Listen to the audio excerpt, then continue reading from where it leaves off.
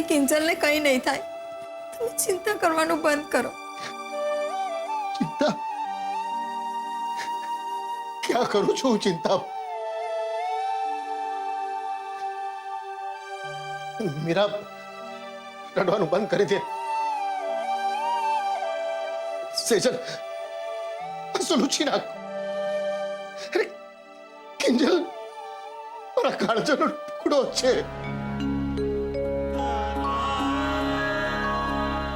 જ્યાં સુધી મારું હૃદય ધબકતું રહેશે ને ત્યાં સુધી કિંજલના ધબકારા બંધ નહીં થાય. કોણ બોલે છે આ બતા? અરે એની ઉંમર પણ શું છે હજી? માંડ 20-22 વર્ષ. પપ્પા તમારી જાતને સાચવો. કિંજલને કંઈ જ નહીં થાય. કેવી રીતે સાચવું બેટા? એ જન્મીને ત્યારે માત્ર 10 મિનિટની હતી ને નર્સે ને મારા હાથમાં મૂકી ગઈ. એ જેવી મારા હાથમાં આવી કે એને મારી આંગળી પકડી લીધી. જાણે કહેતી ન હોય પપ્પા હું ક્યારેય તમારો સાથ નહીં છોડું.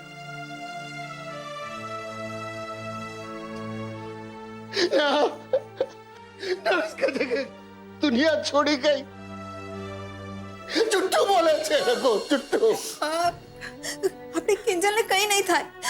તમે ભગવાન ઉપર ભરોસો રાખો. આપણી કિંજલને કંઈ નહીં થાય. मीरा હવે ભગવાન પર ભરોસો નહીં રાખી શકાય. એને મને ફોનમાં કહ્યું તું એને મને. અને તમને ખબર છે સૂતા પછી મને સપનું આવે અને સપનામાં કોણ આવે ખબર છે? ભગવાન. અને મારે ભગવાનને એ પૂછવું છે કે હંમેશા આપણી સાથે જવું કેમ કરે છે? કે પપ્પા ભગવાન મને સપનામાં આવશે ને કે પછી આ સવાલ પૂછવા માટે મારે ભગવાન પાસે જવું પડશે?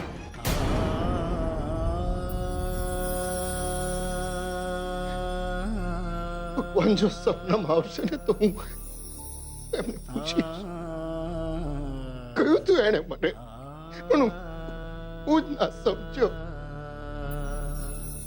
હે ભગવાન જો તું એના સપનામાં આવ્યો હોત ને તો મારી કિંજલે તારા સુધી આવવું ન પડ્યું હોત.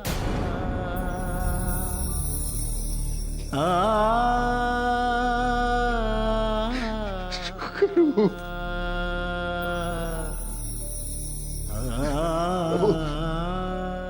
મારી આખી જિંદગીના પુણ્ય હું તારા ચરણોમાં ધરું. રાહુલા પપ્પા ક્યાં છો? જલ્દી આવો. અરે આવી મારો કાનુડો મળી ગયો સરસ. એ કે પછી આપણા કાનુડા માટે સરસ મજાની રાજકુમારી મળી ગઈ. એ બધી વાત છોડો ને, આપણે જલ્દી જવું પડશે. ચાલો. ક્યાં? કાનુડા હાટુ છોડી જોવા? ના બા, કિંજલને જોવા. ભાભીનો ફોન હતો. કિંજલ અત્યારે હોસ્પિટલમાં છે. એનો એક્સિડન્ટ થઈ ગયો છે અને ઓપરેશનની પણ વાત ચાલુ છે. બા આપણે જવું પડશે. ચાલો ને. શું વાત કરે છે સરસ? કિંજલનો એક્સિડન્ટ થઈ ગયો છે? હા આપણે હોસ્પિટલ જવું જોઈએ. ચાલ ચાલ ચાલ. અને ચાલો. બા તમે કેમ બેસી ગયા? ચાલો આપણે હોસ્પિટલ જવાનું છે કિંજલને જોવા. બા બા તમે બેસી શું કામ ગયા? ચાલો ને. જાય મારા દુશ્મન. મારે નથી જવું. બા તમે આ કેવી વાત કરી રહ્યા છો? કિંજલ આપણા ઘરની દીકરી છે અને તમે એના દાદી છો. દાદી જો અત્યારે હોસ્પિટલમાં હોય તો આપણા બધાની ફરજ બને છે એને જઈને મળવાની, પ્રાર્થના કરવાની. ચાલો ને બા. સાચી વાત તારી, પણ એ બધું ક્યારે થાય? આપણે નાતની અંદર હોઈએ ત્યારે. તો નાતબાર છીએ ને. અને એ પાછી કોની મહેરબાની થી? તારી દીકરી કિંજલની. મારું માન જો રહોડું આ બાજુ છે. જા અને મસ્ત મજાની ખીર બના. હું કેસ રગલા? ગળ્યું ઈ ગળ્યું અને બાકી હંધુય પડ્યું. પણ બા, નાત બારના નિયમમાં આપણે છૂટ લેતા જ આવ્યા છીએ ને. રાંદલ મામા પણ આપણે મોટા ભાઈના ઘરે ગયા હતા કે નહીં? અને મારો જીવ બચાવવા કિંજલ ને ભાભી અહીંયા આપણા ઘરે આવ્યા હતા કે નહીં? ઈ હંધુય સાચું, પણ ત્યારે નાતબાર મોહનનું ઘર હતું, આપણું નહીં. બાકી મોહનને છાપરે ચડાવો કે છાપે, એને ક્યાં કોઈ ફરક પડે છે? પણ મને બહુ મોટો ફરક પડે છે. રાહુલના પપ્પા, ચૂપ. ફરક પદુડી જ્યારે જુઓ ત્યારે સલાહ સૂચન આપવા બેહી જતી હોય છે.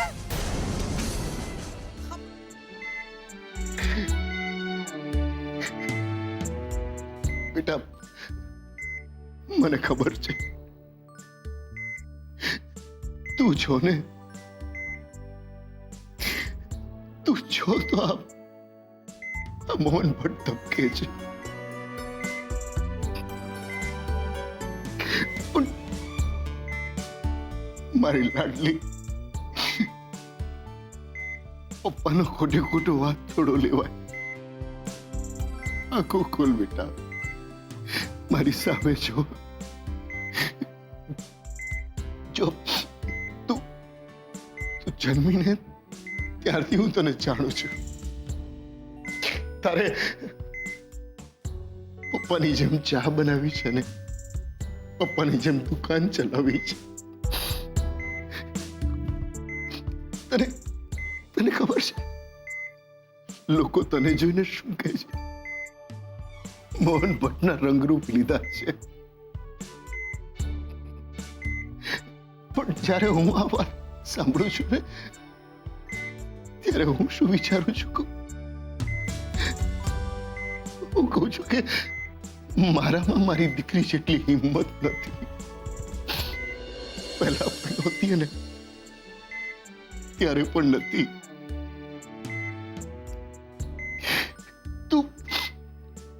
તું લડી શકે છે, લલકારી શકે છે લોકોને, પરિસ્થિતિને.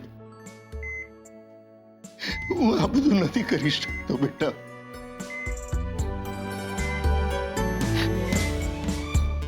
યાદ છે તને તે મને ફોનમાં કહ્યું હતું કે પપ્પા હું લડતા લડતા થાકી ગઈ છું. પણ બેટા આરામ પણ તો કરી લીધો ને.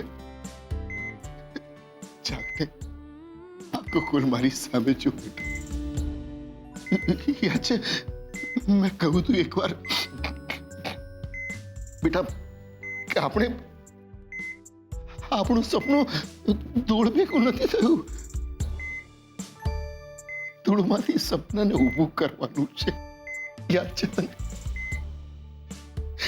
બીજલને પણ તું હાથ સમજાવી રહી હતી ને કે એકવાર આગમાંથી રાખ થઈ ને રાખવાથી પાછી આગ. રાખ થઈ ગઈ બેટા, કંખેરી નાખે ને. હવે આગ થવાનો વારો આવ્યો છે.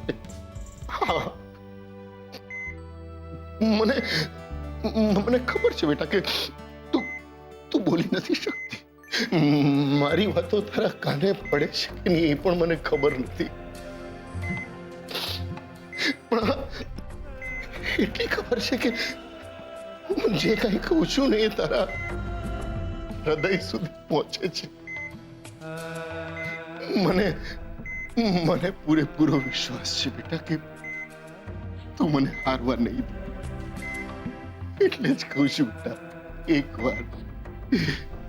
એકવાર તું બસ બોલતી થઈ જા. મને એટલું કહી દે બેટા કે પપ્પા ચિંતા નહીં કરો